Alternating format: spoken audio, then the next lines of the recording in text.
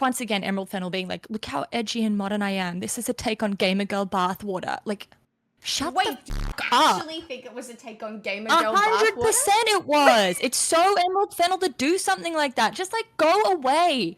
Go and actually develop a point of view, develop your own style, stop stealing everyone else's, and then when you've done that, come back. But just like you're so annoying and you're evil. Your messages in your movies are evil.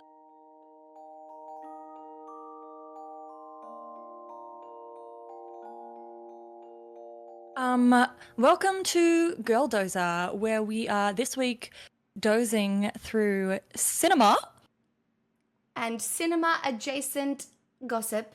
Yes, and of course. Ideas. Of course, but we are cinephiles this week. That's how girl dozing works, isn't it? We take a topic and we doze through it and see where we get to behind that topic. So if it's gossip, it's gossip. If it's demons, it's demons. I honestly feel like I saw a horror movie. Which one? This week. It's not the one you expect. May December. Yeah. I felt like I was watching a horror. Okay, should we tell everybody? Wait. We got to introduce ourselves. We do, because last week we got a bit of feedback, mainly because we hadn't named the podcast last week. We kind of had no idea what we were doing. It wasn't even a podcast yet. It was a proto-podcast. Now it's a real thing. It has a name. It's got a name. We named it. I know. Now we're GirlDozer. Wow. Dozing through life. Sorry. Sorry. Okay. This is what I was thinking as well. So I am Jo, and all you need to know about me is that I'm a born hater. I love to hate. If I love something, I'm going to hate on it. That is who I am at my very core. Unless we're talking about people, then I'm a lover. I am definitely more of a lover, but I can be convinced to hate just like a little bit as a treat. Like I love a bit of hating as like a treat. Oh, and I feel like we balance each other. We do. Our moons are opposite but aligned. Because I was thinking about this and I was like, I'm definitely naughty and you're definitely nice. But I'm sugar and you're spice, which makes you nice spice. And you're what in that case? Naughty sugar. It's not as fun. It's not as rhymey. But it's just funny because you're like spicy, but like you're the nice one. That is a very good analogy and very correct descriptor. Yeah. I should probably say my name also. It's Pix, but it doesn't matter in the end. You start with Pix? Guys, that's us, okay? That's us.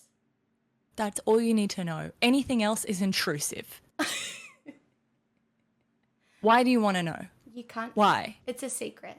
You want to know more about me? Listen girls. to the podcast. Yeah, we're girls. We have secrets. It's mystery. It's part of the girl dozing. Yeah. You have to girl doze through the podcast to get to know us. Sorry. Okay, so this week we had film club. We became experts in cinema, and the assignment was watching modern films. So we watched Todd Haynes' May December, Emerald Fennell's Saltburn, Sofia Coppola's Priscilla, and Yorgos Lanthimos' Poor Things. We did. We almost didn't, but we got there. We did. We had to fight for those last ones today. We did. We had to fight. I was lying on my couch about ready to take a nap, but I was fighting through the last one. And okay, if you had to rank from like top to bottom, what would you rank as your number one and your least favorite? Okay, I did think about this. Poor Things is up there for number one for me. Then Saltburn, then May December, then Priscilla. This is amazing. Okay, you ready for my list? I am so ready. Priscilla is number one. Stop! May December is number two. Poor Things is number three, and Saltburn is last. I can see that. Oh my God. This is so fun for us. This was going to be so fun. I knew it would be fun. I was so excited all day. It's just like fate. It's like fate that our lists are like that. I mean, let me be clear. Other than Saltburn, they were all incredible films. Oh, all incredible. Would go back and watch them all to kind of pick through them a little bit more. Except for Saltburn, of course, which was horrible. Look, I'm going to fight for Saltburn a little bit.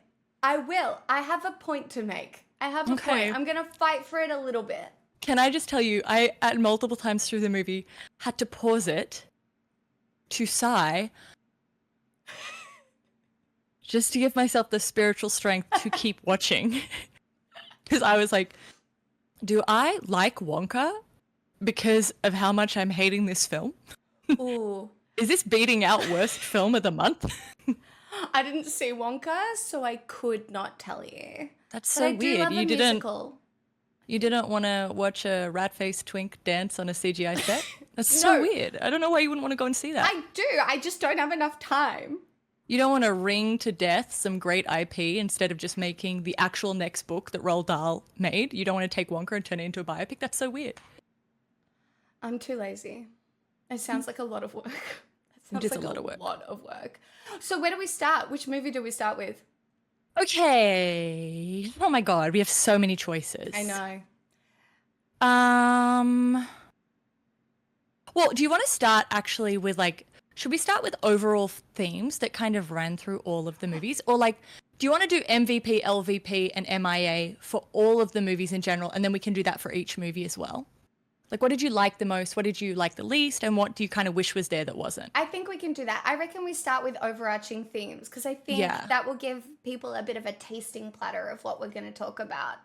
Also, guys, spoilers. Yes, there will be full-blown spoilers for the movies mentioned. So if you don't want that, kindly remove yourself from the situation. Kindly have already watched the film. What are you doing? You should be watching films exactly when they come out. Also, I just feel like now that we're real cinephiles who love cinema. True. And appreciate cinema on a different kind of level, can a movie as a visual art form even really be spoiled by people talking about the plot? I don't know. Not for a real intellectual, not for someone looking for the deeper meaning. Exactly, not for someone investigating the actual, engaging with the text. Also, we can say that one of those texts was weaker than the other texts. I will give you that. Saltburn? Yeah. Saltburn sucked. I can't. So sorry. No, I hate her. For it. I will evil fight for it Fennel. Her name's not even Emerald Fennel. It is Evil Fennel. She's an evil woman. Oh, wow. You really have gone full hater. Oh, my God. You've gone full hater. But can I tell you what's so amazing about this is everyone I've spoken to this week, i.e. 2 of my family members. I've been so excited because normally it's really a long gap between films for me until I truly love something. And seeing 3 movies, which I genuinely enjoyed in like such a short space, was an incredible and revolutionary experience for me. Normally I just hate everything. It's also that time of year, though. It's award season. A lot of movies come out at this time of year where you know that they're going to be trying really hard in a lot of different aspects. Yeah, well, good job. Did it for me. I am very happy for you. So what's your first overarching theme? What would you say yours is? Okay, so something I would say I found consistent through all of them was this really interesting idea of like not even just fish out of water, but like fish out of body, like not being a prisoner or being something else inside your own body. So Priscilla is trapped in Elvis's house, so in Graceland. She's also trapped in her own body, which is more like in terms of corporality is more like a doll that Elvis created. Her look isn't her own. She doesn't get to choose how to wear her hair. She doesn't get to choose clothes she likes. So her body isn't hers. In the same way that in Poor Things, we have the brain of an infant in the mother's body. The mother is the child and the child is the mother. And we have this brain in a fully developed woman, which is super interesting. And then in May December, we have Charles Melton as one of the most emotionally evocative actors I've seen in recent times, who encapsulates a teenager who's in developmental, like, is just frozen because of what's happened to him. And he's in this grown-up man's body, and now he no longer fits in with the kids, but he doesn't fit in with the adults. And then in Saltburn, we have this well, you think he's working class in with the aristocrats, but then he ends up being upper middle class. But you have this idea that he's meant to be a fish out of water in this social milieu. Yeah, that's really interesting. I would agree with all of that, especially like the notion of being trapped in each movie. Some of them, even I felt trapped as I sat there watching them. When we get to talking about the one that I found absolutely horrific, I will talk about that a lot. Because Can I just say, you know what I love about that? May December is probably the funniest movie of the year for me. I didn't find it funny at all, and I know that it was supposed to be camp. And well, it's melodrama, but yeah. I mean, it could be camp too. There are camp moments. But I feel like because you are more of a cinephile than me, you could probably pick up on the melodrama. Yeah. But for somebody like me, I was sitting there and I was horrified. I don't know if I could get past the context enough to get to the humor because I was struggling so much with the context. Yeah. Which is kind of my overarching theme of all the movies, in that, man, Hollywood is, they really are just giving conservatives like the criticism on a platter. Because I do think, for me, the overarching kind of thing of all of these movies is the most taboo of relationships. So really, really pushing the boundaries of what do relationships look like? Are they problematic? Which ones are even slightly ethical? Can any of these relationships be ethical? Are they real? Are they fine? Are they real to the person that they are happening to? It's very interesting. And I think, like, I remember when I walked out of May December, I was like, if someone was like, I don't really get the effects of grooming, like why it's such a bad thing, I would show them this film. Yeah. Like, this is the way to, and I still think it's a comedy, mind you, but like every comedy has to have some pathos, like one character that really represents the heart of it. And Charles Melton's character is that in May December. But I thought that's really, what you said is interesting to me, because I think the way that Saltburn kind of sticks out in this is, okay, Emerald Fennell's whole thing is like, she disturbs you into thinking she's made a good movie, right? She does the most provocative thing without actually doing anything provocative at all.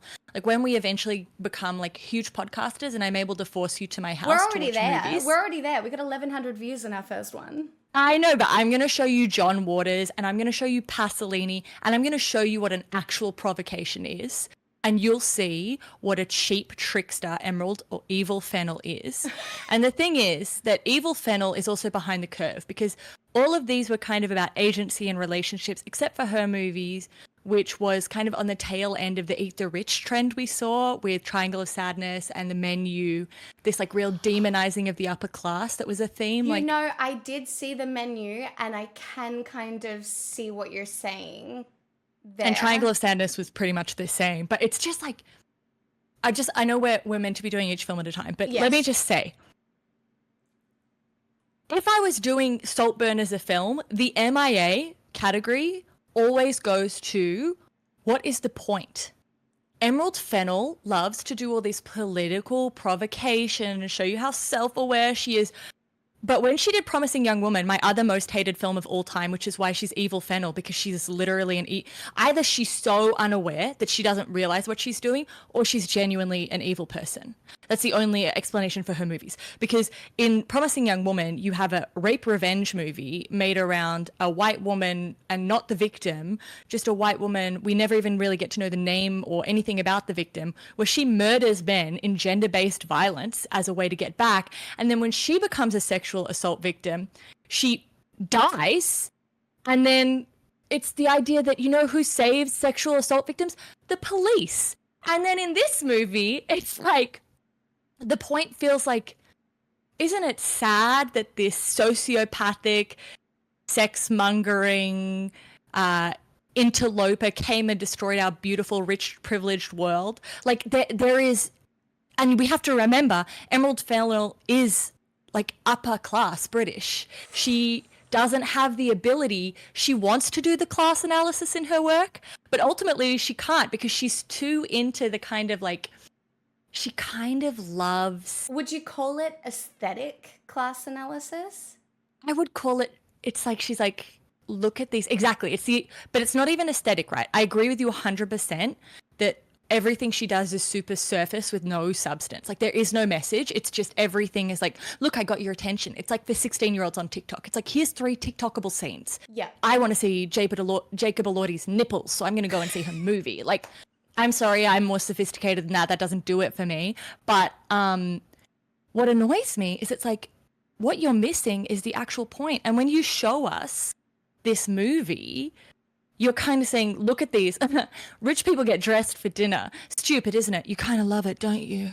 She like glamorizes the very people she's meant to be criticizing. Yes, but I do think it's a little self-aware, because I think that most people look at that and they do feel that emotion, that little, you do love it, don't you? That's why, for me, like at a lower I don't want to say that, but kind of, for somebody who maybe isn't engaged with theatre, when you see something like Saltburn, especially say if you're a little bit younger, I think this is why it went so wild on TikTok, because the things that were shocking, they're not shocking. They're not shocking. And what she said, I read one of her interviews, and she said, "Are you shocked or are you pretending to be shocked?" And no, but it's not even. She is disgusting us into thinking we're watching a good movie. The provocations don't mean anything. They don't provoke us to feel anything. They don't provoke us to a larger message. They do nothing except, all she does is steal from other actually good filmmakers aesthetically to make a pastiche. This is just a bad ripoff of The Talented Mr. Ripley. It's just a terrible, terrible film. Would you say that the acting performances in it are enjoyable? Because it had one of my favorite lines. Which was? The Times New Roman on a headstone line. I actually cackled. Like, I think some of the comedy in it I found very enjoyable, and some of the acting performances I thought were very enjoyable. Okay, so Emerald Fennell can write some funny lines. I will give her that. I'm not saying, evil Fennell. She's evil because she's such a terrible person, and the points she's making with her movies are so terribly bad. But that's okay. She can still write a funny quip every now and then. She just can't write an overarching story.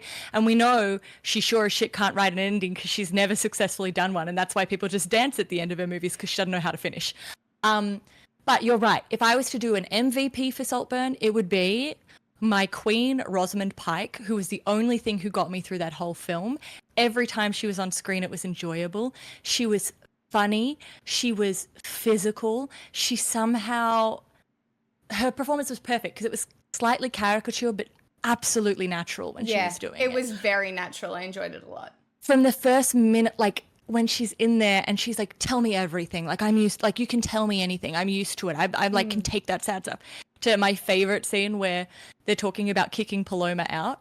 And he's like, I think she was lying about her story. And she's like, oh my God, thank God. I thought so too. I was feeling terrible about it. And it's like, that person. Yeah. Just looking for any way to absolve themselves. Any way to be, be validated in the way that they were already perceiving something, but then trick themselves into thinking that they were very smart about it. Yeah. Like, oh, yes, no, I was. Yes, oh, very correct. Yeah, and the thing that upsets me, the reason I liked her performance so much is it did feel slightly more human, whereas every other character was like, this is the gay, and this is the black, and this is like, they had no, why is Jacob Elordi's character a perfect angel? Why is Barry Keoghan's character this weird sociopath when he seems to have had such a good life? We actually learn nothing about the characters. There's no character development in the film. True. I think Barry Keoghan's performance was pretty good, but I just don't know if he can put a foot wrong at the moment. No, but the reason you think it's good, and I only know this because I tried to get you to watch it the other day, is because you haven't seen Killing of a Sacred Deer, another movie that evil Fennell tried to rip off in this film. But isn't that a horror? It's a Yorgos horror, so it barely counts as a horror. I've seen scarier thrillers. I'm gonna need emotional support in order It's so weird. You would be like, what am I watching? And then you'd be like, I loved it. Like that it's not it's not horror in terms of like jump scares. It's like horror in terms of the point of the movie is Barry Keoghan comes in and fucks up a rich family's life. Like it's and there's no real sense to it except when Yorgos Lanthimos does it. It does make sense, whereas when Emerald Fennell does it, it's like she has no message. What is the message of that film? I think the message is also the rich people just kind of allowed it because they're so blissfully unaware and at peace with their... So rich people are innocent victims who are naive and let a middle-class sociopath ruin their lives. That's the message of her class analysis? Poor rich victims? I mean, a little, but I think she was also showing just how aloof and out of touch rich people are just in general. Do you know what I mean? They're just so entirely disconnected from reality that they wouldn't even know where to start. Do you know? You know, they're just living an entirely different human experience, and it's so bad that like somebody could just walk into their house, and it's not that like I'm not trying to argue for them as victims in any way. It wouldn't be your fault if you did, because that's the movie she wrote. So it wouldn't be your fault. More that they just are stupid. And like... And that's what I'm so sick of. Right, this is in the Eat the Rich movies that we saw. The Menu, the Triangle of Sadness, and this movie. It's just like, it's not actually what rich people are like. It's a caricature of how the middle class imagine the rich. It's not, it's like, oh, they're so stupid and they're idiots and they're out of touch. And it's like, a rich person could pass you on a street in a Billabong cap and you wouldn't know that they were a billionaire. Like, it depends on the... In Britain, it's certainly different. It depends on the kind of rich. I agree. Like, yes, it's the people who are wearing the designer clothes that are emulated here, that annoyed me. Oh my God, thank you for bringing it up. Okay, I can forgive a period piece that doesn't like Sofia Coppola will make some mistakes, but that's kind of, she's like, I don't really care for historical accuracy. In the same way that Tony McNamara, who wrote Poor Things, he's very famous for writing The Favourite and the TV show The Great.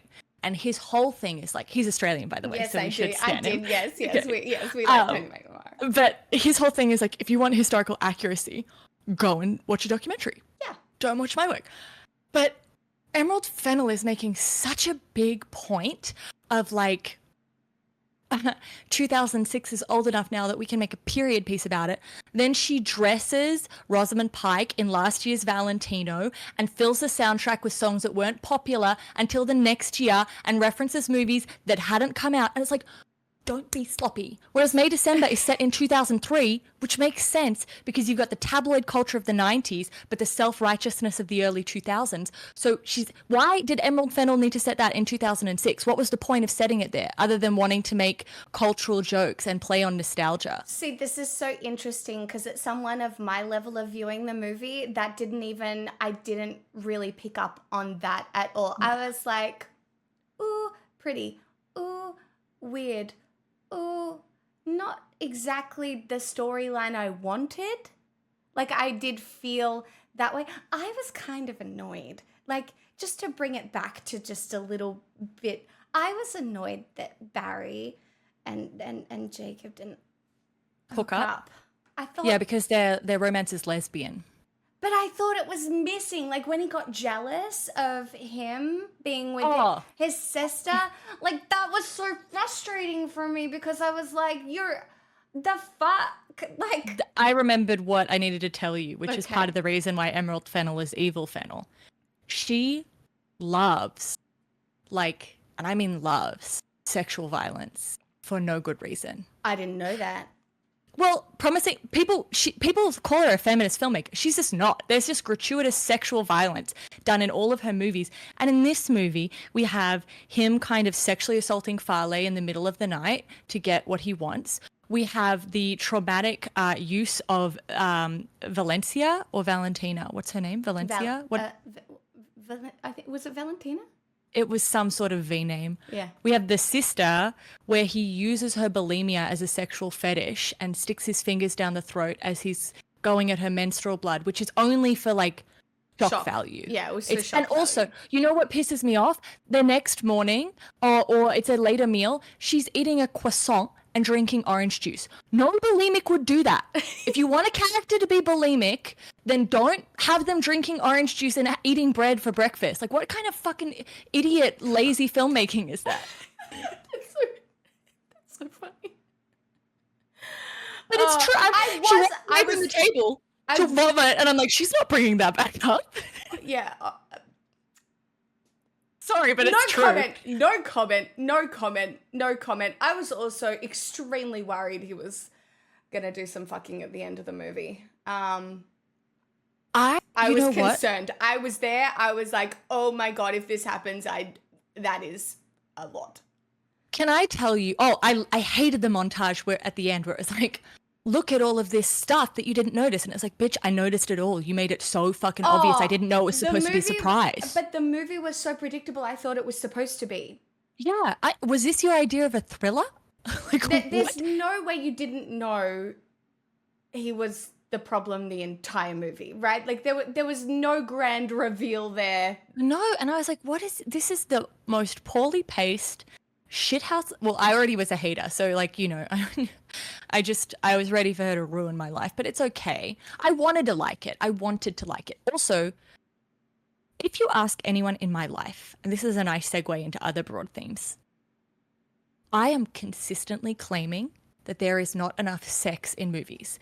In that not like, I don't want porn in movies. I mean, there's no sexual energy in movies anymore. In the 90s, we felt attraction. We felt there was something very sexy about films. But now we're afraid of that sexiness, right? There's no, like, a John Waters film is sexy. Like, there's sex appeal and there's eroticism and this like energy that's coming from like that sacral place that's driving the movie. Whereas now everything's like, kind of afraid of that.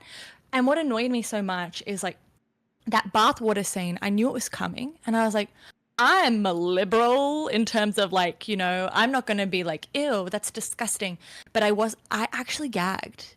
It was not sexy to me at all. I don't think it was supposed to be sexy, was it? But it was Fennell barely even shocking though. I didn't even. It made me. I'm telling you, I almost vomited in my bed. I was like, didn't even. It wasn't even that. It was literally. You couldn't see anything. It was just the noises.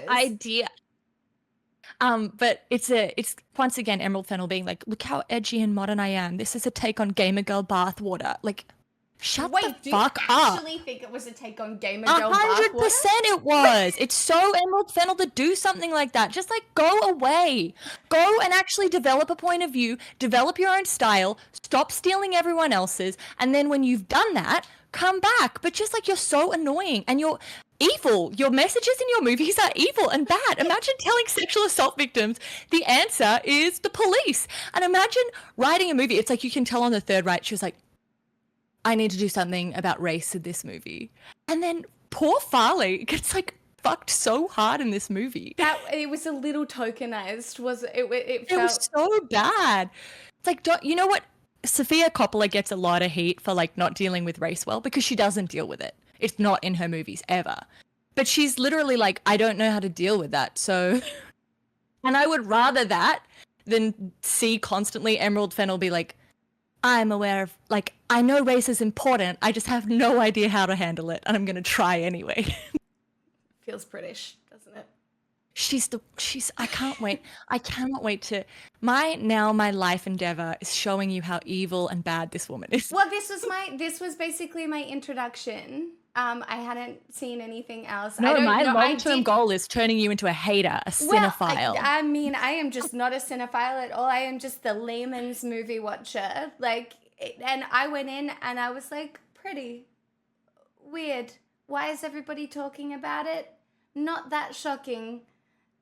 Kind of. It was just pretty. Like I wouldn't. The story, I was engaged the whole time. I watched the whole thing. You were saying you had to pause it to keep going. I fell asleep and I had to rewind it. Nah, I was engaged the whole time. Maybe it's the Jacob Elordi Barry Keoghan thing. Maybe I was having a moment. it didn't really. I actually have felt more sexual energy between them in the press tour than in the film. Oh, for sure. That's why I was so disappointed that that energy wasn't in the film. Yeah. Like, Yeah, I was mean, surprised. I thought it was some sort of like gay, like awakening. Maybe have you seen The maybe- Talented Mr. Ripley? No. You should watch it because it's basically the same story, but Matt Damon, Jude Law, Interesting. Gwyneth Paltrow. Interesting. Playing... Did you watch Fellow Travelers? Just side note. No, what's that one about? Oh, you need to watch Fellow Travelers. Okay, I will. Yeah, it's kind of it's a gay love story. There's interesting power dynamics. It deals with the AIDS crisis a little bit. Okay. Like, I love it. I enjoy every episode. Felt like a little mini movie. I enjoyed it, but I would be interested to see if Your Haterness comes out. We should do a television. I don't know how we'd fit all of the television we'd have to watch into a week, but we could do a TV episode as well. Well, once, you know what, we just have to get to like emerald levels of rich, and then we'd have enough time to She's watch a that Nepo amount of baby. It's not even her money. She didn't make it. Well, so annoying. I don't know. We could be someone's Nepo baby in the end, right? Like, no, we're people's dozers. Oh, we are. GirlDozers. Anyway, actually, since you've brought up gays, I would like to segue to Todd Haynes, who did May December. Okay. And also, so he's a gay man, just to link that for you. But the reason I thought of him is because he also made Carol, which is one of the seminal pieces for the gay women out there. Oh, no, I have watched Carol. Do I remember a lot of it? No, but I do remember Kate Blanchett, was it? Yeah. And Rooney Mara. Yeah, Kate Blanchett being attractive, like, being lady. a hot, sexy mama. Yeah, I do remember that. But most of the movie I do not remember. Yeah, that's fine. I just thought it was interesting because it's like Emerald Fennell has kind of failed to make you wanted a gay love story there, right? That's what you wanted. You wanted to see... After seeing what I saw on the internet, that's kind of what I wanted. I wanted the built sexual tension because it was there, but there was he's no not in love. payoff. He's not in love or attracted to Jacob. He's attracted to the class. And that's the sick, perverted thing that Emerald is doing, is that she's making our protagonist somehow evil, but also we're meant to be... I don't know who we're meant to be rooting for in this film at all. Is it actually that she's making, like, the poors who are attracted to class evil? Yeah, but they're not even the poors, because we're not even making that point. It's the upper middle class. I mean, because he's not even poor in the end. Yeah, but technically that's still the pause, right? Like, in comparison, not comparatively to what he said. That's why Jacob's so upset. He's raised by these drunks and he's got no money, and that's why Jacob's character, Perfect Angel Boy, who is apparently so lovely for no apparent reason, despite everyone else in his class and his family being terrible, he's somehow this perfect, amazing guy who shouts money and gives gifts and is always forgiving and always kind and nice. Wait, my brain just pinged. Does that mean that him making himself poorer than he was in the movie is a critique about how the upper middle class are, like, complaining? Or, no, I don't know the right way to phrase this, so maybe you can help me. But, like, the upper middle class have it better than they actually do and are making themselves the victims in this story? I mean, it's hard to say because I'm telling you, I genuinely don't know what Emerald Fennell is trying to say in any of her movies. She has no message. Her movies have absolutely nothing under the surface. There is no substance. They're confused messes that are evil to their very core if you do decipher a message, which means either, as you just said, either there's this very sinister message where it's like the middle class complain too much and they're secretly in love with the rich, and that's why that's why they're upset, because they want to be us. Like, that's the problem with the class warfare, is they're jealous of us, right? Yeah. So that's an evil message, if that's the message. So our alternative is to assume she's a fucking idiot who's completely unaware of what she's saying in her movies. Do you think overwhelmingly the rich just assume that everybody is bad? Sure, but I don't want to watch her movies then. I don't like it. But is that what it is? Is it that underlying assumption that the world is evil and I'm going to depict it, but I'm going to make it aesthetic? Why do we need that movie? What is the message there? Let me show you class warfare from the perspective of the rich. I'm like so sick of that. Yeah, that's a good point. Like, okay, there's an amazing movie. It's going on our eventual slumber party list called The Exterminating Angel, and my play was partly based on it. And it's a critique of the bourgeoisie. And they get stuck at a dinner party that they can't leave because of social norms and social cues. And you're gonna love it. You're gonna see what an actual political class critique looks like in a movie. Interesting. I'm excited. That's how I make you a hater. I just expose you to higher and higher levels of cinema until you see an Emerald Fennell movie and you're like, this woman is actually evil. Like, she's a terrorist on screen. She's here to terrorize us and damage the next generation. Like, some people don't like Osama bin Laden. I don't like Emerald Fennell. I'm not even kidding. She's actually affecting what I love more. America, it's important, but film is everything, and Emerald Fennell is trying to hurt it with her bad movies. She's coming for film. You know, Hamas is ISIS. Fennell is ISIS. Oh, God. This is one of those moments on the podcast where I do have to return us to normalcy before we do get cancelled. That is right. What were we doing? That's right. We were shifting to our favorite May December. Yes, our favorite new film that I thought was a horror, but apparently is a melodrama comedy.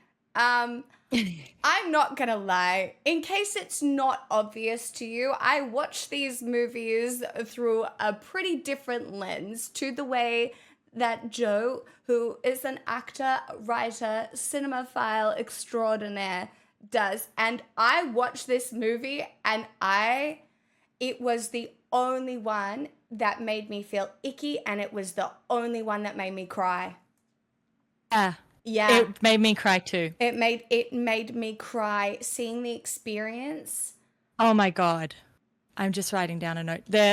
I just thought that's the point of, like, I also thought it was, like, interesting how method acting was sort of portrayed as this, like, sick kind of fetish where, like, Natalie Portman, there's actually a lot of sexual energy in that movie. Oh, like a lot of sexual energy. Yeah, I picked up on that. She had the whole time it was very, like, I wanted to crawl out of my skin for the entire film. It was, yeah. It was a horror to me. Yeah. But I didn't know if it was so much of a horror because I'm so used to depictions of creepy men in these sorts of, like, horror films, and it was jarring to see a woman. But also the juxtaposition between her expressions of naivety and then when you saw the very subtle expressions of cruelty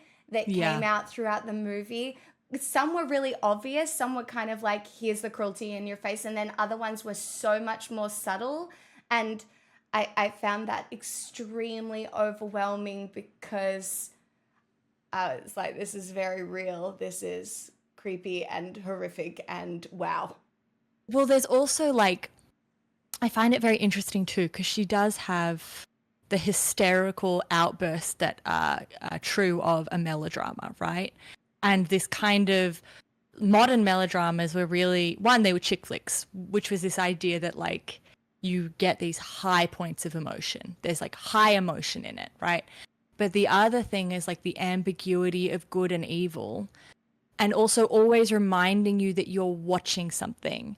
And so I felt like it was really good at kind of criticizing, like, you know, you think it's a horror movie because you're watching it depicted as a narrative.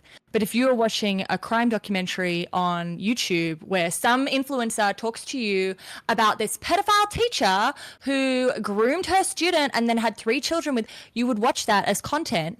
And, like, that's kind of the criticism, is that there's this salaciousness that we're addicted to in these kinds of stories. And, like, Natalie Portman keeps trying to sell this, like, I'm doing a prestige film, but we see at the end she's just doing another Hallmark film where it's like no matter how hard she tries to make it into something greater, where there's this depth to it, like it ultimately is always this like trashy, soapy salaciousness that we're addicted to. But also a selfish experience. Like she was looking for the the selfish experience of being able to play that character. It was so interesting, that last snaky bit where she's like, one more go.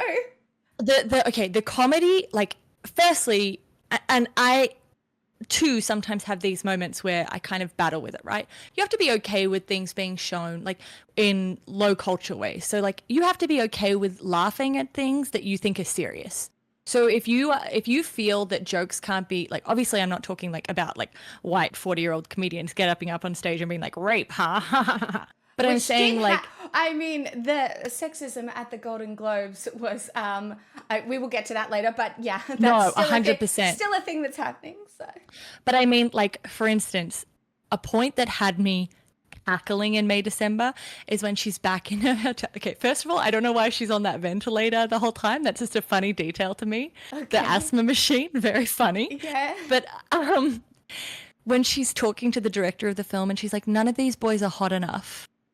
None of the young boys are sexy enough, when she's trying to cast the boy she's grooming in the movie. Horrified. But that's the point. It's such, or like when she's walking through the high school and one of the boys sees her and like jumps and touches the roof to impress her, which is such a teenage way to like impress a girl, right? Like look at me physically. And Natalie Portman is like, and she loves, it's so funny. It's so like, in this very dark way where it's laughing at the women in the movie, but there is never, ever for a second a joke made at Joe's character's expense. Not for a second. He is never, ever, there is no cruelty towards him in the film at all. Okay, in terms of the text. So he is the character that is treated with the most like respect throughout the film because it's such a heavy thing. Yeah, or like if they're making a comment in writing the script, right? Yeah, it's funny. Like Natalie Portman is horrible and it's funny because she's not self-aware. Julianne Moore is hysterical and horrible and she's not self-aware. And then, you know, Charles Melton is he's the victim of the story, but no joke is ever made at his expense. We are never made to laugh at him. We're only made to feel for him, and we feel for him so deeply. Deeply. But I was just sitting there in shock. I did not laugh. I knew you said it was a melodrama, and I was just confused because I didn't know what I was going into, one.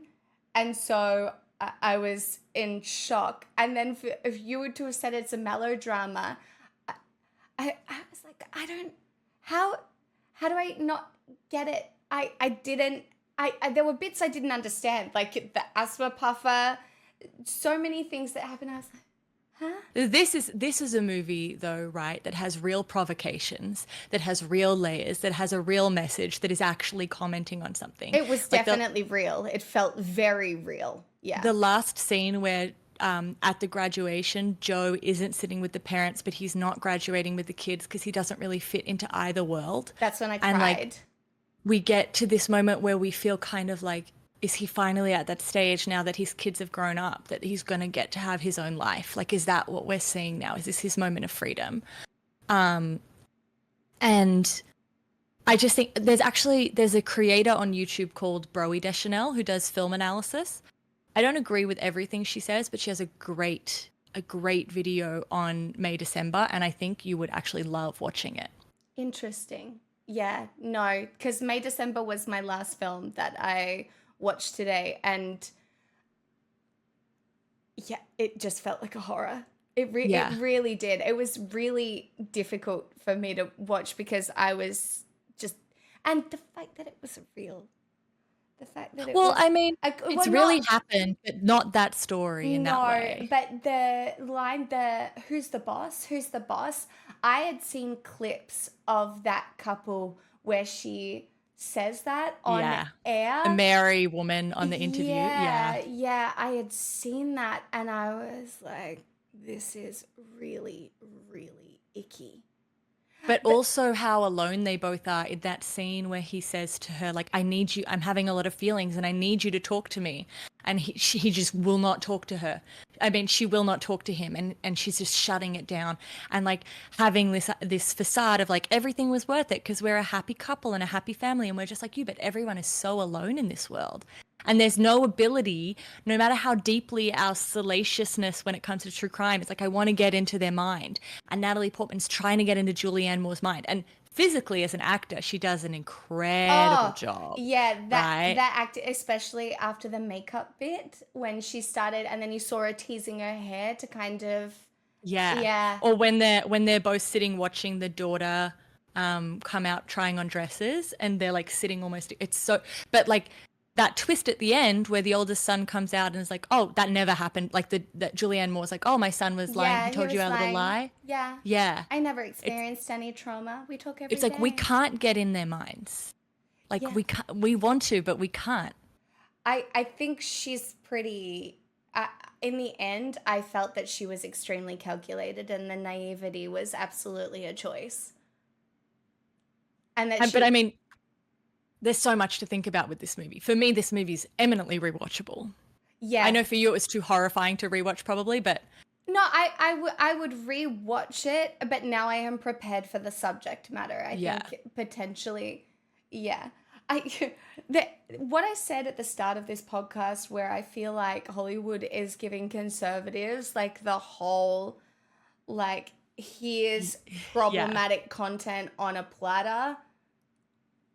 But good, because like conservatives shouldn't be making movies. Yeah, it's art, right? And obviously Hollywood is trying to address these really dark things that society probably has to acknowledge, whereas conservatives see it and they go, oh, that's too much. And then it's like we sweep it under the rug and call the people who try and have these conversations the problem. Does that... I agree. And I also just think it's like there are ways to think about topics politically, which is very much like one side v the other, pros and cons, like this debate-brained way to think about a topic.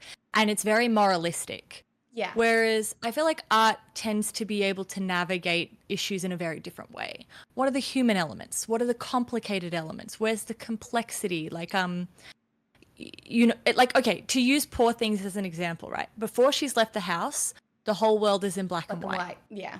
Because things are simple. They're this way or the other. It's a very political way of thinking. No, don't go into that. That was one of my questions. No. But I'm just saying, and then when she gets to Lisbon and she gets to Europe, everything is this extremely complex watercolor thing. And I think art is like, that's also something being said there in terms of like the complexity of art matching the complexity of life. There's something super complex about May December where, and that's part of the reason that Saltburn is such a fucking terrible, awful, horrible movie, right? Because she's like, oh, by the way, I'm engaged in politics, so you're allowed to stand me because I'm actually very self-aware. It's like Todd Haynes is like, I want to make a movie about a groomer.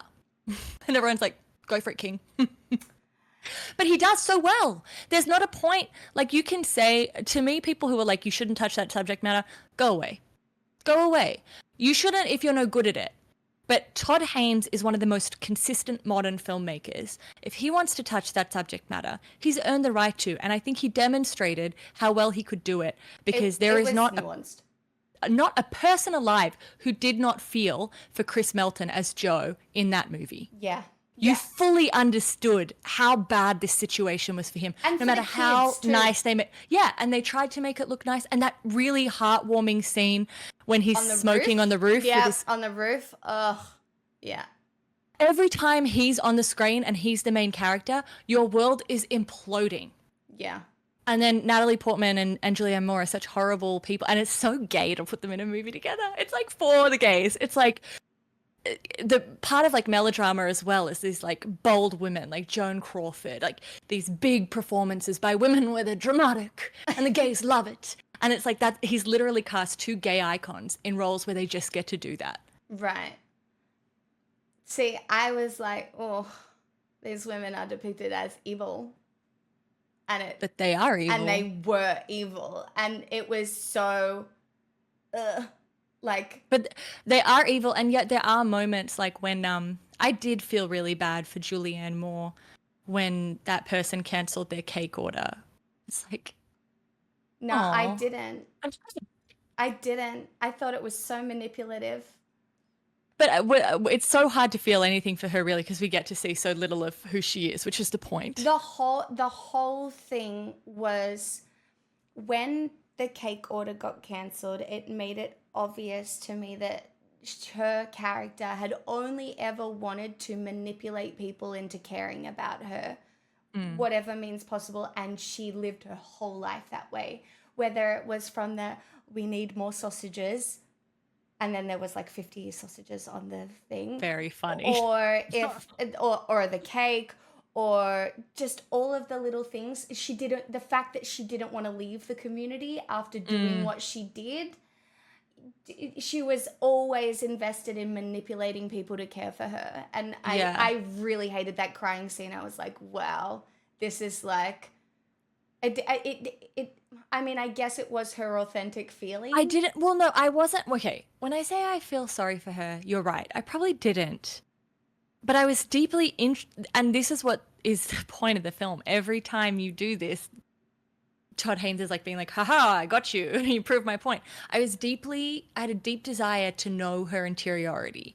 I wanted to know what was going on. I wanted to know how she really felt about things, just like Natalie Portman did. She's interviewing all these people. She's talking. There's this deep desire to get inside her head. Yeah. And it's because there's this salacious desire to be like, how does a woman just like me do this? Like, and I'm looking for the thing that can make her forgivable. So I'm like, where can I feel sympathy for this woman? That's what we do with these true crime stories. And it's like so interesting to have.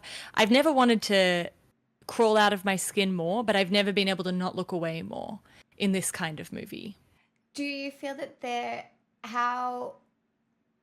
with the critique of actors being these internal, like, selfish beings, how does that make you? Does it make you reflect on your experience as an actor? Like, is it jarring to look at it? What I actually loved.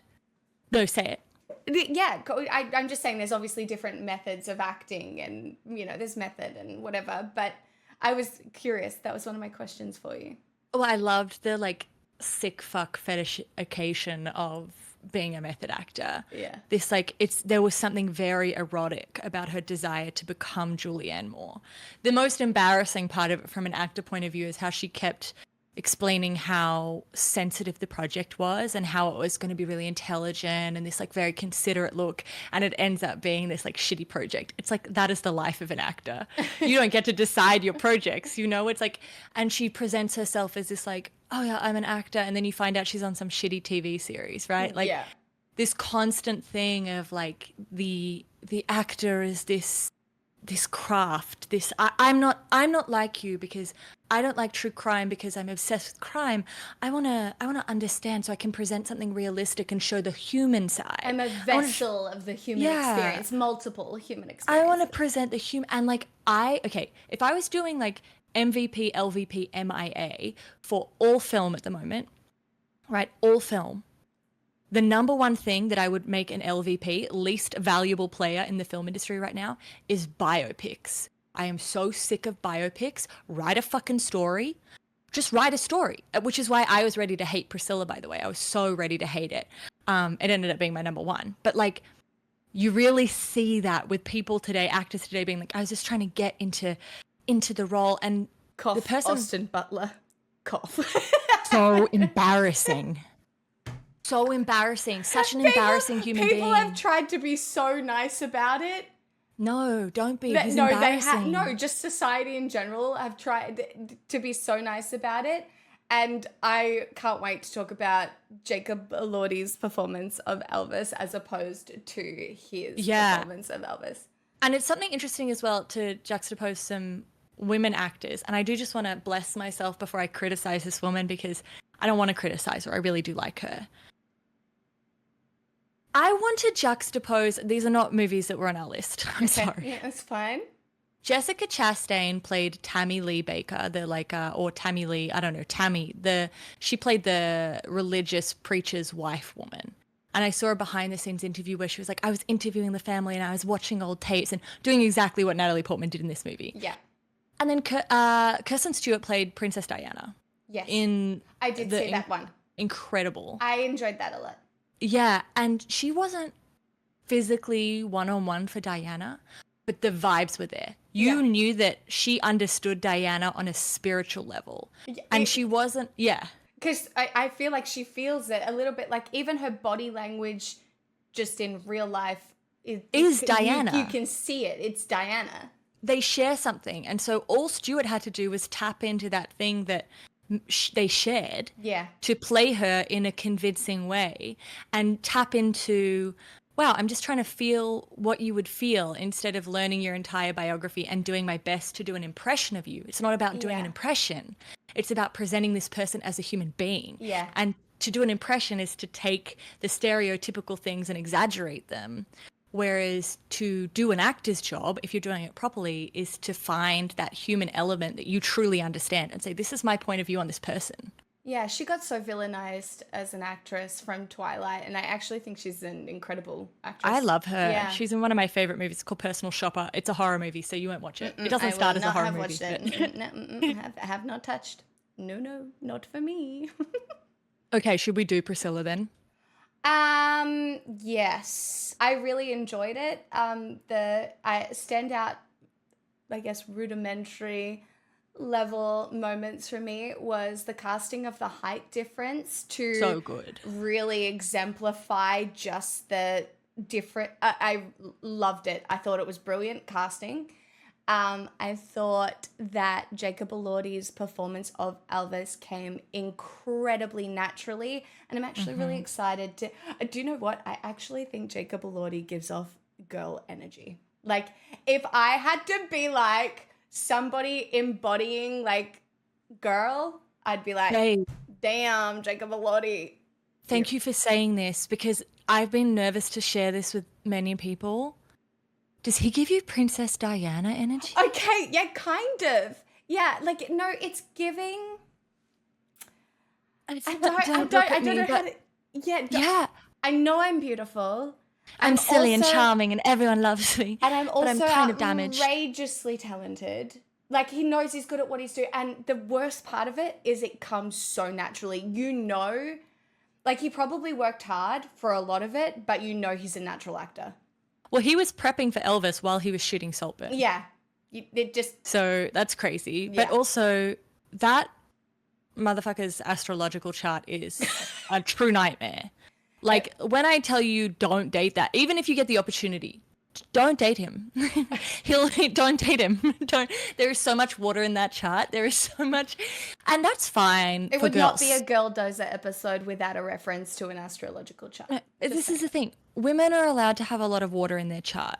But when a man has that much water and there's Cancer and Pisces, he's manipulative and he's going to ruin your life and make you feel like you deserved it, which is why he played Elvis so well and why he played Felix so well, because there's also this like this gentleness that water signs have, and this care. It was a gentleness to his ability to use people for entertainment. Yeah. But also the people were just like, yes, please. Okay. Because you're beautiful and you're lovely, and that is the problem with male water signs, like Justin Bieber. Like, you know, there are a lot of these. I feel safer having known this information. Yeah. It's really important to just keep these things front of mind. So every time I see Jacob Elordi, because there were a few times in the press thing where he reached down to get Barry's coffee. Oh, yeah. I was like, that's kind of attractive. And then I was like, no, it's not. He's from Brisbane and his chart is full of water. And I was like, that's right. Just got to keep that front of mind. I didn't have that at that moment. I was just like, oh, that's nice. It's okay. I've really told you now, and now you know. But yeah, I agree. Jacob Elordi has girl energy. Yeah. His Princess Diana girl energy. Yeah. And then I guess my MVP, I'll give you an MVP moment for Priscilla, was the perfume situation. Yeah. I knew you would say, yeah. Yeah, I know it's basic. I know it's not. I don't know. But I've truly not heard anyone else say it, but it was a moment that clicked for me, and I thought it would click for you. It brutalized me because when she just had to politely stand up and leave, oh God, it broke my heart. It broke my heart. I think later in the movie she pulls out a bottle of Chanel No. 5 and puts it on her She does in the counter bathroom as well. Yeah. Oh, such a good movie. Okay. We can start from did you have an MVP moment that wasn't that one? Yeah. Sofia Coppola herself. Just I want to shout aesthetic. out my girl, a consistent director for women, a consistent director who is committed to telling the stories of women, to telling the story in a feminine way, who likes the soft color palettes, who likes making a lot of things aesthetic, and a woman who is focused on not over scripting it, not giving us these dramatic monologues, not filling it with plot, but leaving spaces and using color palettes and letting her actors act so that we can feel, we are invoked to feel what's going on. Yeah. You know, the use of empty space in this movie, like the use of you know, I've seen a lot of criticism in the movie where people are like, Priscilla barely talks. She only talks when Elvis is there. And it's like, yeah, because that was her experience. That's her whole life experience. And they're like, oh, we don't get to know anything about people who are like, oh, we don't get to know anything about Priscilla. I disagree entirely, right? Because I feel like one of Coppola's strengths is that she puts on screen the loneliness and the delicacy of being a woman, that any woman who's watching it can see a moment and instantly be like, oh, and know how it feels. We don't need it to be written in. We don't need her to tell us how she feels, because we know in our very core what that moment feels like. Yeah, I saw that, and what you said about her experience of not saying anything when Elvis wasn't there, but I think that was her internal experience as well. I don't think Priscilla felt like she had a life when Elvis wasn't there, and that was depicted so clearly to me, in that her whole life was waiting for him to see her again. And can we just talk about how well Coppola was able to depict how young Priscilla was when they got together? Oh, yeah, it was icky, but also the complicity of the parents and how normalized that was. And it says, yes, we'd like to take your daughter to a party with grown men. It's a very interesting thing in Coppola's work, in that there's usually some intergenerational theme about the disconnect between the generations, because most of her work is based on stuff that she resonates with, right? Because her dad is obviously super famous, and she grew up in Hollywood, so in this gilded cage, and she tends to talk about privileged women and their gilded cages and how lonely they are within them, because that's her own experience. And she usually talks about the intergenerational figure and how they kind of let the person down, or there's some barrier of communication between them. Because I was watching it and I was like, it would be like, you would feel like you were ruining your 14-year-old daughter's life, or your 16-year-old. Like, this is Elvis. Yeah, and but she's as if alone. You were going to say no.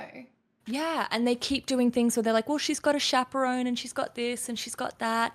And it's like such a hard thing to know how to handle. Well, it's navigating autonomy. Like, when do you give autonomy to somebody who wants it? And it's, you know, it's a hard line to find. And on the grooming thing again, I thought this movie was really good at showing, like, if you don't want to deal with a woman who has an identity and has opinions, grab onto her before she can develop any. Yeah. Because the reason we don't hear Priscilla's point of view is she's given no space to develop a point of view. I really hated how Elvis thought he was being moral by not sleeping with her, and like that line that he was drawing in the sand as seeing her as just a thing. Well, like she's his doll. Yeah. While being able to sexualize other women, but no, she was up on this pedestal, not to be touched, like a little piece of china. Like, ugh, icky. Because in Priscilla's book, so Elvis comes from a really evangelical background. And in the book, Priscilla says that Elvis always said, my wife has to be a virgin. And if you're with another man while I'm away, I'll know. But my wife has to be a virgin. So it was a really big deal for him that they weren't to have sex until they were married. But then the crazy thing is, he also stopped having sex with her after she gave birth to Lisa Marie, because he said, I've just never been able to be attracted to a mother. Because his mommy issues were so intense. and he idolized his mother so much, which we hear in that very first scene where at the party he's talking about his mum and she's listening, and Priscilla keeps saying, he needs me, his mum just died. Like, isn't that just the most miserable realization? It's the end game of the Madonna whore complex that exists, and it's still very real. And it's not just real for Lisa Marie Presley. Like, it exists across the spectrum of relationships that happen today, right now, because of social conditioning. But that even, you know, the right after the perfume scene, this, in terms of talking about sex in the movie, and I actually found it another movie, unlike Saltburn, but another movie that actually dealt with sex really well, because one of Priscilla's biggest gripes is she's like, I need to be desired. I need you to want me. I need that. Like, that's a thing I need. I can't just be an aesthetic thing for you and a little thing that I want you to want me. And that's very real. Actually, and this, like, that was another overarching theme of all of the movies, was being seen, wanting to be seen by so many different, like, the things that you will do to be seen. And desire and feeling desired is such an innate human need. And people prey on it. And you see the ways in which people prey on, like, people's wants for desire. You can see it all over the internet at the moment. I like that Coppola never built into the mythology of Elvis that we saw in the Baz Luhrmann pick. Like, it was never like, he's such a star. We never really saw that. Like, we knew he was Elvis, but we never bought into the myth of who Elvis was in that movie. You never got the, you ain't nothing but a hound dog, like that scene where the women are going crazy. Like, and in his costumes, he looks like an idiot. And, like, when he's dancing, he looks like an idiot. And we see this fragile man with such an ego where he can never be alone. Everywhere they go, there's this entourage of men. He's very homo-romantic. Like, even at the birth of their child, all his friends are there. Yeah. Like, what's that one interesting quote? Marilyn Fry. Yeah. Do you know the quote that I'm meaning, where it's like, there's no love, like love between straight men? Do you know the quote I'm talking about? Society is heterosexual but homoerotic, and that men reserve their love, their respect, their admiration for other men, and putting people on a pedestal, that's for other men. And when it comes to taking someone's opinion valuably, that's for other men. So women get to be desired, but they don't get to be respected.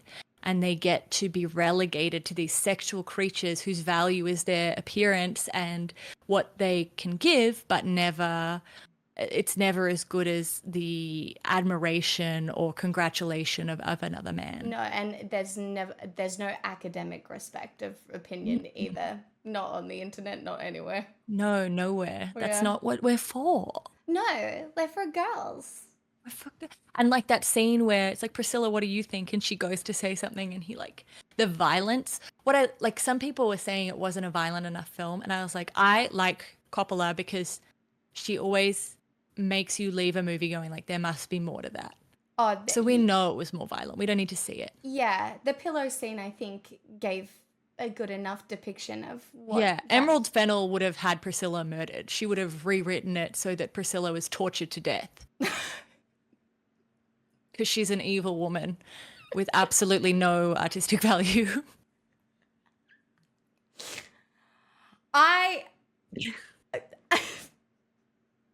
Hate that bitch. I respect your ability to have such a staunch opinion on this woman. I don't know enough. You saw her movie, you know enough. I did, but I had a happy little fun time. Like, I didn't care enough about the message. Like, I just sat At what there. point? Because that was the thing. I was like, if you don't have a message, at least be entertaining. I was thoroughly bored and unentertained. But okay, sorry, we can't go back there. I just thought it was pretty. Was it? Priscilla was pretty. I thought it was aesthetically pleasing. It looked like a 2000s perfume ad, which is something she did on purpose. It was so on the nose that I was like, okay, I get it. Are you actually going to let me discover anything, or are you just going to tell me what a good filmmaker you are? I don't know. I just thought it was so pretty when Rosamund Pike was standing there and she was like... In her 2022 Valentino? When she was like, I was a lesbian once, but it was all just too wet. Men are so lovely and dry. Dry. Yeah, but Rosamund Pike's amazing in anything she does. And she's the only thing that saved that movie, just like Hugh Grant was the only thing that saved Wonka. Maybe that's why I enjoyed it. Maybe that's why.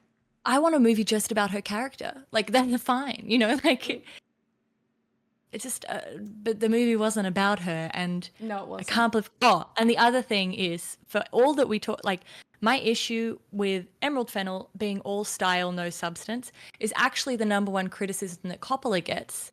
And a really nice touch, I thought, was in the opening scene. She had Priscilla walking on the thick pile plush carpet, which looked beautiful on the surface, but as her feet touched it, there was surprising depth to it, which was kind of like a very subtle artistic clap back to her critics. The surprising depth of the beautiful surface.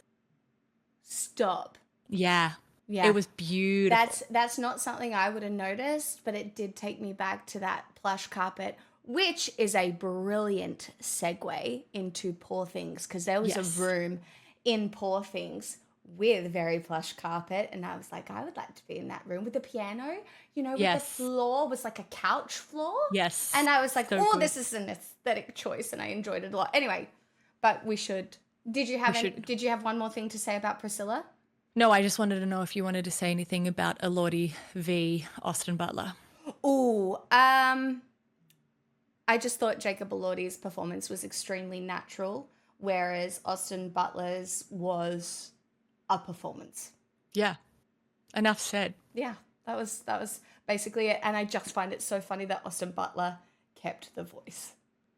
Which or is so like fully funny. embody and can't escape from it now. That is actual. I don't know what is he trying to signal that he's a good actor? I can't do my job. I think if you're stuck in it, you're stuck in it, right?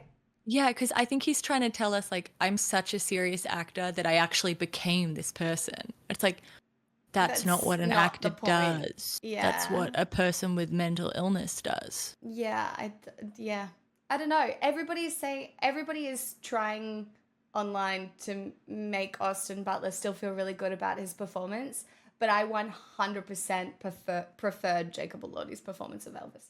Even though 100%. in both movies they sucked, like at the character. Yeah, but I mean, like, we get, at least in Elvis, there's like, you do, even though he's so terrible, it's important that there's a slight sympathy for him, because, you know, Priscilla was a producer on that film, and she says that she still loves Elvis. Even when she leaves him, she loves him. And I think we see in May December the long-term effects of grooming when you have that love at 14 and there's nowhere to go. Exactly, but to get her point of view, to do what Coppola likes to do, to truly give you the point of view, to humanize this woman, we have to be able to understand how she could love him. Yeah, true. Well, he had Riz. He was Elvis. He definitely had Riz, you know? It helps. It helps. Yeah, he had a nice voice. He was talented, tall. Yeah, but all the time she spent alone in Graceland with just these big empty rooms and just her tiny little body, where she's positioning herself for practicing for how she'll sit when she's next with Elvis. Yeah, no phones to scroll on back then. And she's not even allowed to talk to the women downstairs. She's not allowed to have friends over. She's not allowed to be in the front yard. Misery. Anyway, Poor Things. Poor Things. By far my absolute favorite. Oh my gosh, I have so much to say about this film. Hit me. One, Emma Stone's performance is brilliant. Every single part of it I thought was so good. Another overarching theme that I would bring up for all the movies, but especially this one, it's fragile men. Yeah. Really, really interesting, the depiction of fragile masculinity, fragile men just in general, and how that plays out in society, even though this is a fantastical society, sort of. Like, It's steampunk. Yeah, they weren't showing you like the real. I love steampunk as an aesthetic, by the way. Like a lot of my house has like metal steampunk. No, it's a very fun world. It's especially when it's in color. Like I was going to say my general LVP as well, other than biopics, is CGI, but I thought there was like a really beautiful quality to what was in this movie as CGI. Yeah, kind of. I don't know if it's because Emma Stone was in both, but it kind of almost gave La La Land sort of not like well done CGI where it was just kind of added to beautiful. Yeah, like you know where they do that observatory scene? Yeah. Where it kind of adds in. I was kind of getting those vibes. Yeah. Throughout the whole And movie. it was like we weren't really, it was meant to feel fantastical and magical because that's how you experience things as a child, which is what she really is. So it wasn't meant to necessarily be like a realistic depiction of what this should look like. It's like, what does this look like when you see it with a childlike wonder? And what are the things that you chase when you're seeing the world through that sort of lens? She sought pleasure with no shame, which I really liked watching. I really liked watching the pursuit of pleasure without shame. I know I'm about to get a feminist critique here, but yeah, I know what's coming. I know it, but I'm ready. So go to town. Okay. It's very hard for me because Yorgos Lanthimos is one of my favorite directors. And I love Tony McNamara as a screenwriter. And if I told you when I heard about this film, I was like, they made this movie for me. Yeah. It's written They made this movie with me in mind. This one is just for me. So if you told me before seeing any of these movies that this would be number 3 on my list, I would have been like, shut the fuck up. No way. Yeah. I can truly enjoy it when I see it through the lens of an experiment, which is something. Yeah. There's a lot of sex in this movie, which I have no problem with. It's a lot of sex. I love sex. Furious jumping. There should be a lot of furious jumping. Oh, and I've now got a quote that I'm going to use every day, which is, it's a bad day for Bella Baxter. When she learns about all the starving sick people. That's what I think when I think melodrama. That is melodrama, but it's not melodrama. It's like camp melodrama. Okay. Right? There's too many terminologies. I don't know how to be a cinemaphile because like I don't. We're gonna get you there, babe. We're gonna GirlDozer our way there. I'm so ready for my education. What annoyed me was it was really hard for me to get past the child element of it. Oh yeah. That at the start I was like, oof, okay. Which was very interesting to me because, which is why I could deal with it as an experiment, and I did love the wonder that came from that. But then it was kind of like the true meaning of women's emancipation is through sex and owning their body sexually. And I'm like, you built this beautiful world. We go to Lisbon, we go to Alexandria, we go to Paris, and her whole world revolves around sex. We see these flying machines. We see her reading, and everything comes back to sex for her. It's like such a 2000s kind of like sex positive feminism that I don't totally get into. So, especially because all the sex lacked intimacy. It was fun. It was pleasurable. We know it was super pleasurable. She constantly talked, not all of it though, but a lot of it she talked about as being pleasurable. But it was, not intimate. I disagree because I think really, so I understand the critique, right? Yeah, because I did find the child element that was difficult for me. I had to be like, okay, adult woman body, if you put a child's brain and then it's because that's a whole subcategory of porn, you realize. Yes, but she also grew very quickly. Like I had to change the way her brain was developing in my mind in order to watch the film. Like I was I tried to do the same thing, but I was like, she's gaining 15 words a day, but we know like how many days she's on the ship. We know how many days, like when she leaves with him, she's still a toddler. Yeah, but it's so rapid. I had to kind of be like, okay, almost instant teenager.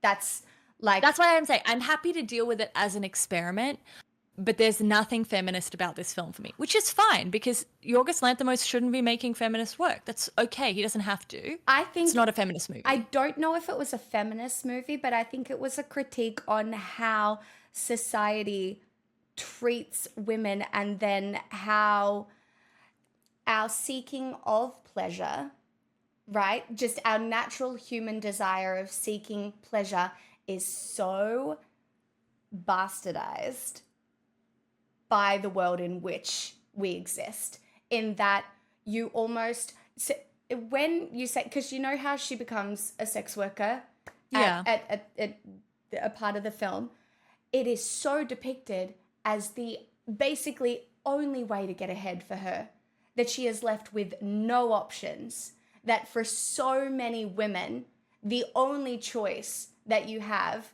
when educated about the world and left to your own devices is to exploit that part of yourself to get anywhere. The only reason she can have the time to do the thinking is because she is Let's be clear. She does sex work when she has a whole lot of money hidden in her clothing. No, she does. She does it when she's still with the best performance, which was Mark Ruffalo. She goes, I went and got us chocolate eclairs and I got us this money. And he's like, you hoard yourself, a worse thing a woman. And she goes, I've got this money all along. I don't think she knew at that point that you could pay. She was still just doing it for pleasure. She knew she had money, but I don't think she was aware that the value that money had, because she was just doing that. She was like, oh, this is fun and pleasurable. Like, she didn't know that it was worth. She says that she's doing it as an experiment. She thought it would be an interesting experiment, which is where I can enjoy all of that. But a pleasurable experience for her. She was doing it. It doesn't end up being pleasurable. No. She makes the critique. She says, wouldn't it be better if we could choose? Or this guy was actually quite rough with me. Correct, but that was her learning that. Yeah. I just think that I really enjoyed the movie visually, and there were some very funny parts, and there was, like, it definitely was better for me than Barbie. It was like my Barbie, definitely. Yeah, it was better than Barbie, I agree. But it was just like, I did actually really like the way the sex work was handled. I thought it was a very good handling of sex work. But this idea that sex is the most empowering thing that a woman can do, and that we see that much sex, but we don't see any menstrual blood. We don't. The whole way through the movie. Oh, it was glamorized. It was not, but it was supposed to be pretty, right? Like, no, but the whole way through the movie. Okay, Yorgos is famous for being quite. This is his prettiest movie and his most sensual movie, in that most of his movies feel incredibly sterile. You feel the world is very weird and detached from you. It's a very strange world. This is the most sensual movie he's done. But to have a movie start, something that really annoyed me, the woman kills herself at the beginning of the movie. Yes. You don't even grant her that final act of agency. No. She is brought back to life. She is manipulated into someone else's project. And even when she gets all this freedom, it's not until she conforms to these social mores where she comes back and forgives the very man who did all of this to her, and ends by being a girl boss surgeon. It's like, it's because she's had all this sex. But isn't that the critique, that the entire experience of a woman is no agency whatsoever from the get-go? Well, you know what? Okay. Right? Because, like, she tries to have agency, and then her entire experience is controlled from beginning to end by insecure men. Yeah, the whole time. The one thing I will say, so once again, we're back with the evil Fennel dilemma, where we can say that Yorgos Lanthimos is an incredible auteur who is just like a man who puts his shower thoughts on screen, so probably shouldn't be making like feminist films, right? And that's fine, and we can be like, it's not his job to do that. Yeah. Or we can assume that maybe he is making the critique, in which case the one bit I loved, and I saw this in all the movies, which I really loved, was this corporality. As you said, the height difference in Priscilla, like the importance of the body in all of these films. In Natalie Portman copying Julianne Moore and becoming her. But in Poor Things, every time something smashed and broke, Emma Stone would clap. because to me that was her body's memory of her suicide, and this idea that life there's something like her desire to kill Oh, the is frog? in Yeah. yeah, the frog, but her chucking the plates, her throwing the tile over the roof. Every time she breaks something, she's excited and she claps because there's muscle memory. Even though she has a new brain, her body has experienced this death. Her body has experienced the agency of throwing herself off a bridge. That's so interesting because when I was perceiving that, I was perceiving it as she had no concept of life and death. She had no fear. There was there was no consideration for her own well-being. It was just, oh, this is which I loved. experience. I loved the childlike wonder. That's wonder is my favorite emotion. It's my favorite thing to see depicted.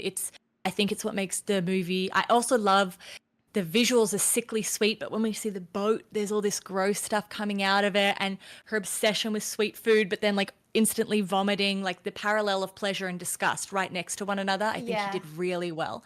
But like, to me, I'm complimenting that if that's a choice, because to me, that gives some agency back, is that her body wants this agency and it's going to take it. And when it sees things destroyed, maybe because that's like, it's very French to be like, I'm going to show you how I control things. I'm going to destroy them. And to me, this movie felt very like 2000s French film, very different from his other work. But it just didn't, some points, it just didn't fully hit for me. Mark Ruffalo should always play that kind of character. Oh yeah, he was so good. He was so funny. I enjoyed it a lot, and he was so funny. When he started being unhinged as well, I was so impressed because the depiction of it was so good. It was so good. He was so funny, and like he was giving all the emotions of that women get criticized for, while she was being like, well, empirically, I guess how would I judge that? Yeah. And he's like, what do you mean? It's just a feeling. Yeah. When she's like, would you say that that's a weakness of men? Yeah. And he's like, I suppose so. I loved it when she danced as well. Oh, the dancing scene was aesthetically. Oh, and the line, I have to go punch that baby.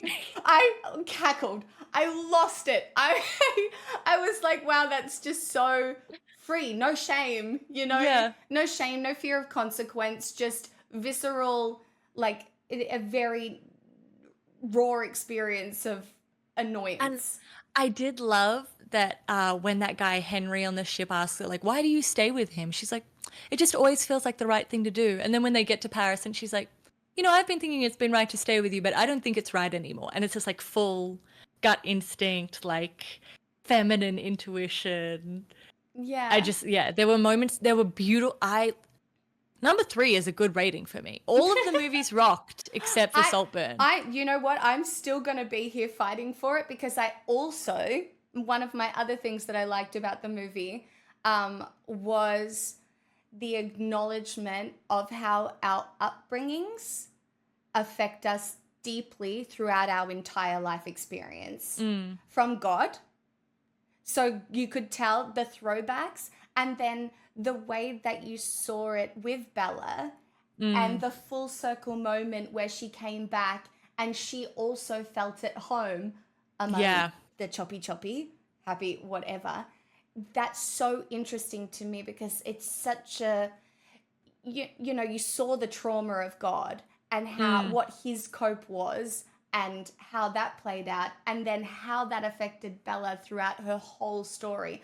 I thought it was done really well. I really did. I also haven't, I got out of that movie at 6:15, so I haven't fully had the time to process it in every way. I understand. This is the same way I feel about May December being funny. Yeah, you'll get there. You'll think back on it and you'll be like, that was actually hilarious. Was the line in May December where it was like, my mum bought me a scale for graduation, was that supposed to be funny? That's when it's camp, right? Okay. When things are so bad that they're good. So like in that dress scene where she's like, you're so brave. I would never have worn a dress that showed my arms at your age. Like any woman watching that is like, oh. Yeah, it was horrific. Yeah. And then she wears a dress that has arms on it. I know. Yeah. And it's just this heartbreaking, like, how bad can one person be? Like, she's evil. Yeah. Like Emerald Fennel. Oh. And we're going to title, the title of this podcast is just Evil Fennel. Yeah. No context. Do you know that Jo recently made a video, like a little explainer for what is going on at the, what is the court called again? The ICJ, the International Court of Justice. There's a couple of courts. That's why I wanted to get the name right, where South Africa is confronting Israel about certain actions that they have been doing. And they're going to sue the US apparently too. Yeah, how fun. Do you want to give us a little teaser, just a little teaser for the vid? It's basically just the International Criminal Court, an explainer on how it works, because people are really confused about how it works. So it's just an explainer about the court and the case that's been put forward and how the next like couple of weeks will probably go, just to give you that primer of knowledge that you need going into watching the hearings, so that you have some more context. But I heard you have a video dropping tomorrow. Good. And it deals with my favorite thing, idiots with political opinions on Reddit about fucking things they shouldn't talk about, like the housing market and immigrants. And yeah. It's true. Some people are being pretty shitty on Reddit, and I am just trying to connect the dots. With actual knowledge. Well, just some simple dots. It's not super in depth, but it connects some dots for people, which hopefully. But you're really like bringing the, did you learn that on Reddit? Energy to the world. I am. I'm also just fed up with people going immigration